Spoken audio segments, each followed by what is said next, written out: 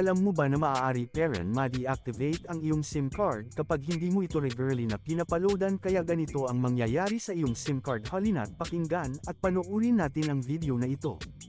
Kadalasan, ang SIM card ay maaaring ma-deactivate kung hindi ito napaloadan ng isang tiyak na panahon. Ang mga detalye at mga patakaran para sa deactivation ng SIM card ay maaaring mag-iba depende sa iyong mobile network provider. Karaniwang may mga patakaran na kailangan mong mag-load o magpakita ng aktibidad sa iyong SIM card sa loob ng isang tiyak na panahon upang maiwasan ang deactivation.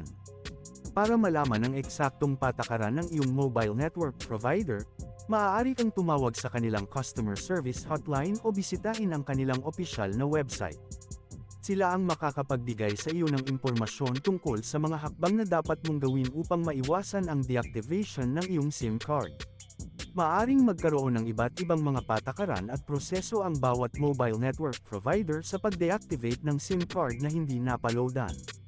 Narito ang ilang karaniwang mga kadahilanan at mga hakbang na maaaring mangyari. Una, walang load o aktibidad. Maaaring magkaroon ng patakaran ng iyong mobile network provider na kailangan mong mag-load o magpakita ng aktibidad sa iyong SIM card sa loob ng isang tiyak na panahon. Kung hindi mo ito nagawa, maaaring ma-deactivate ang iyong SIM card. Upang maiwasan ito, siguraduhin na regular kang naglo-load o gumagamit ng iyong SIM card. Ika-2, inactivity period. Ang ilang mobile network providers ay may patakaran na nagde-deactivate ng SIM card kapag hindi ito nagamit sa loob ng isang tiyak na panahon.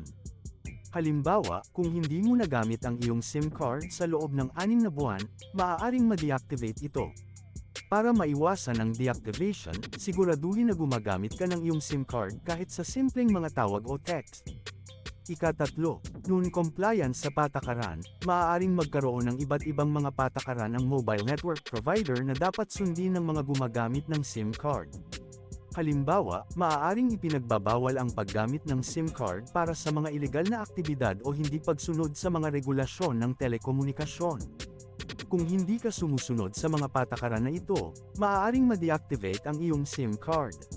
Mahalaga na alamin mo ang mga patakaran ng iyong mobile network provider at sundin ang mga ito upang maiwasan ang deactivation ng iyong SIM card. Maaari kang makipag-ugnayan sa kanilang customer service para sa karagdagang impormasyon at mga hakbang na dapat mong gawin. At dito na nagtatapos ang ating video. Sana po ay nakatulong sa inyo itong video natin at sana wag po ninyong kalimutan na mag-subscribe sa channel ko. Maraming salamat po.